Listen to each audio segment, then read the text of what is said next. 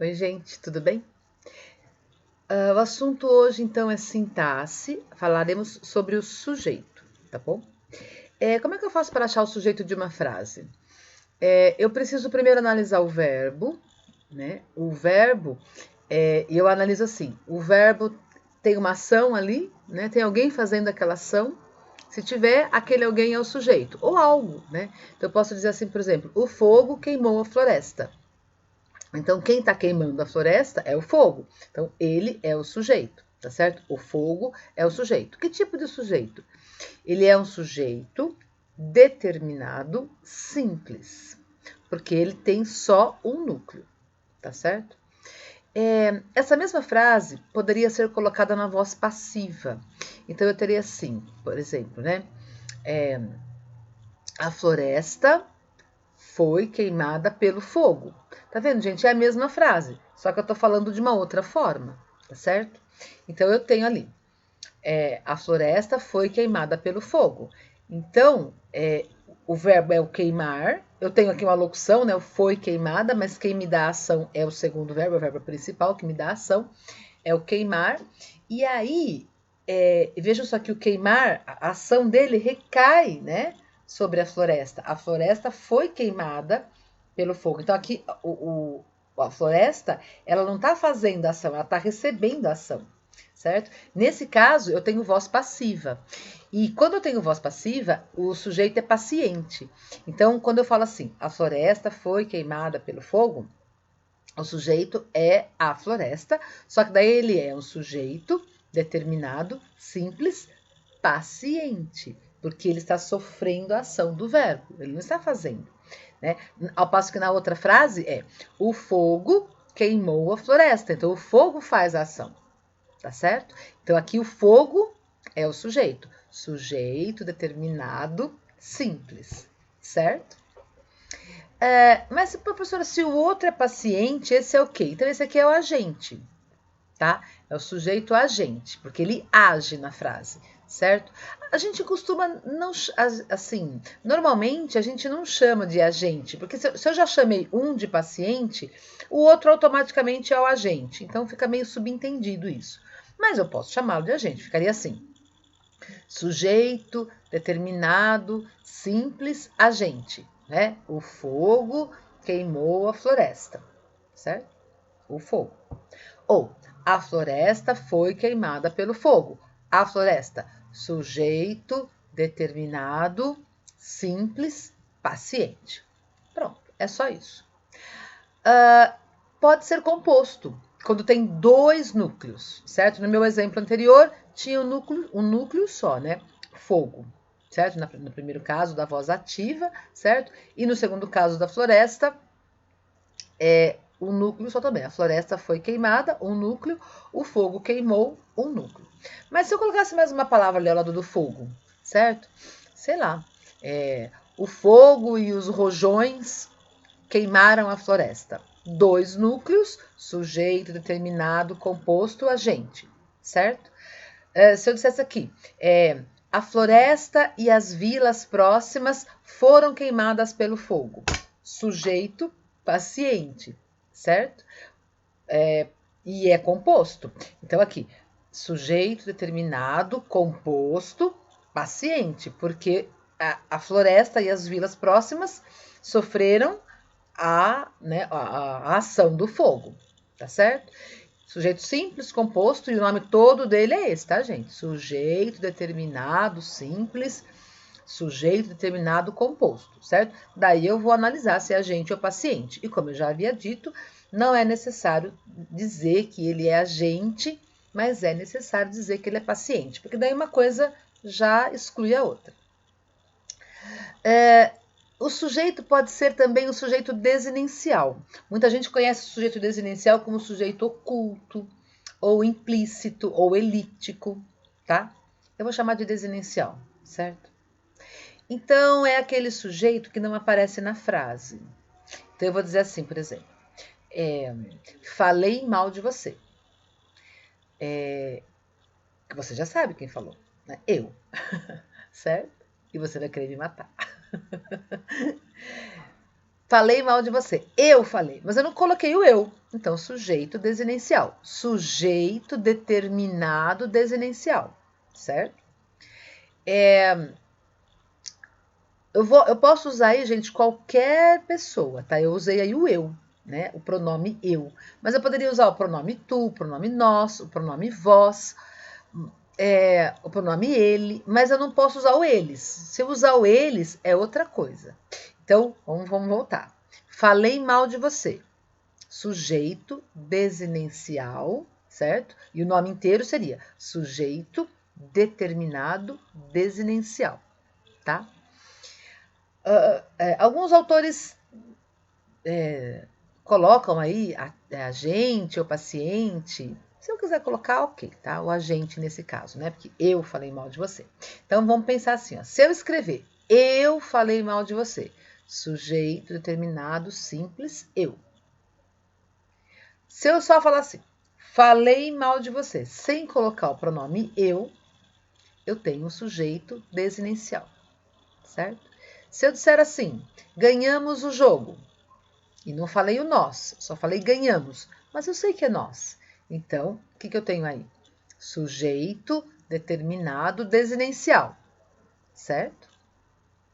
E assim vai. Agora, como eu havia dito ali atrás, se eu colocar o eles, se eu disser assim, ó, falaram mal de você. Aí, gente, eu já não tenho mais o desinencial. Aí eu vou ter o sujeito indeterminado. Falaram mal de você. Quem falou?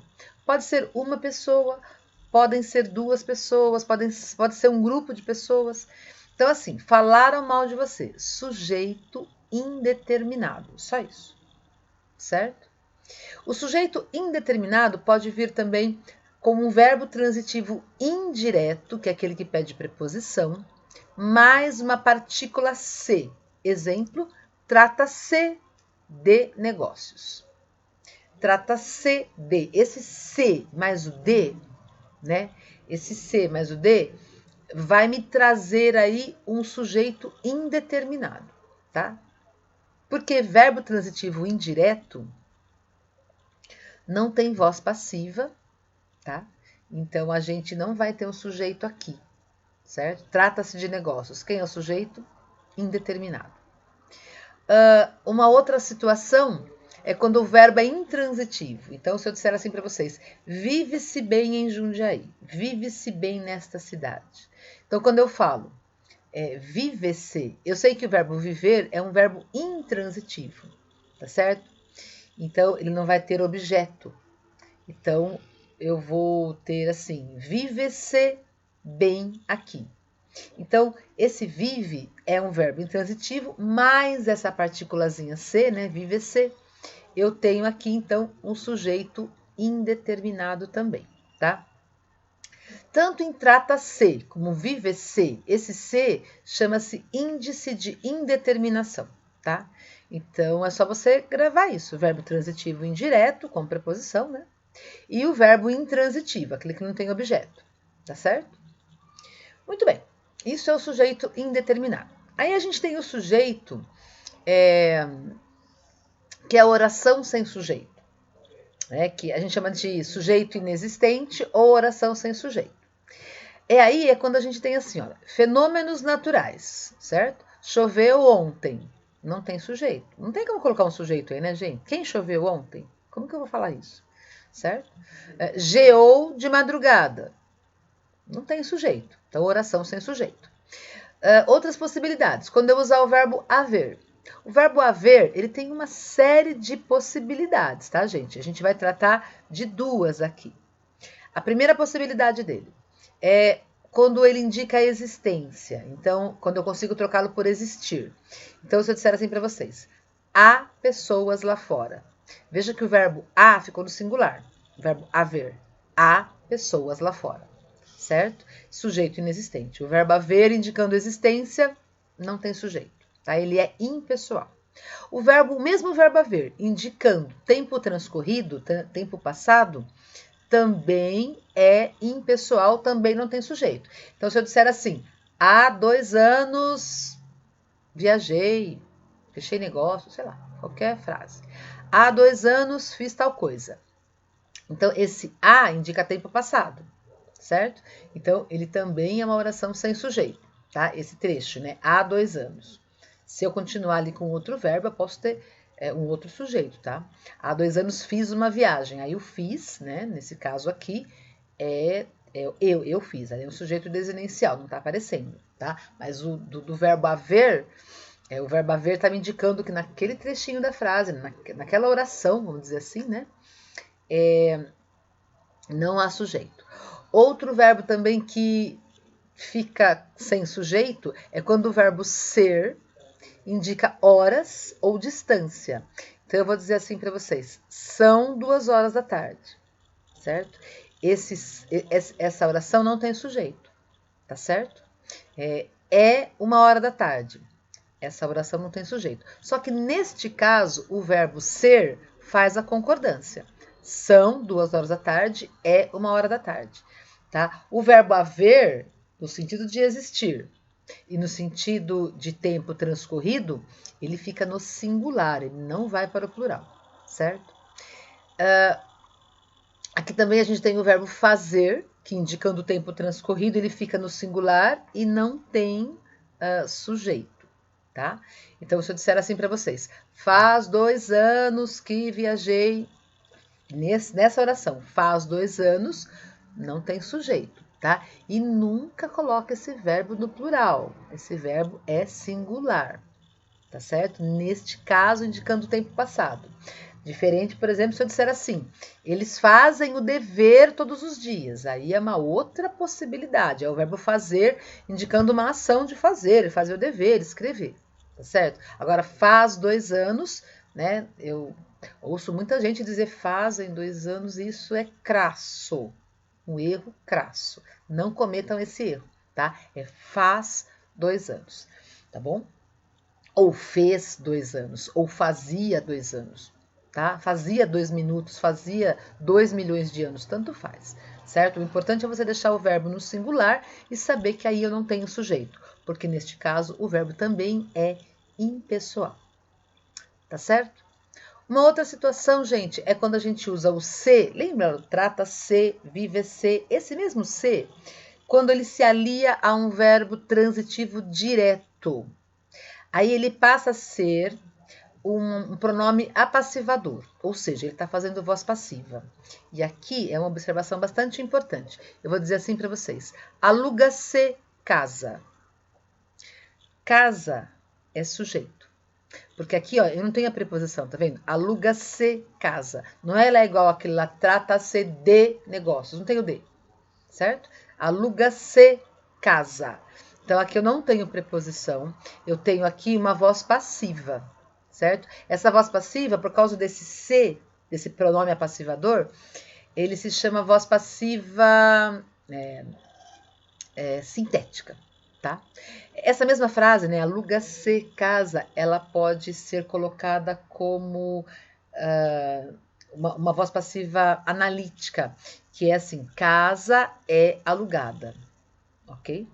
Eu posso pôr essa frase no plural, que é a mais comum da gente escutar por aí, né? Alugam-se casas. Agora eu coloquei no plural. Quando lá atrás, no trata-se de negócios, eu não coloquei no plural, porque não tem plural, porque lá o sujeito é indeterminado. Aqui, o sujeito é paciente, sujeito determinado, simples, paciente, casa. Então, aqui a gente tem alugam-se casas. Eu faço a concordância, aluga-se casa, tudo singular, ou alugam-se, tudo plural, tá? Alugam-se galpões, sempre no plural, tá? E nesse caso, então, casas, sujeito. Casa, sujeito. Galpões, sujeito. Que tipo de sujeito? Sujeito determinado, simples, paciente. Mas se eu disser assim, alugam-se casas e apartamentos. Casas e apartamentos, sujeito determinado, composto, paciente. Tá certo?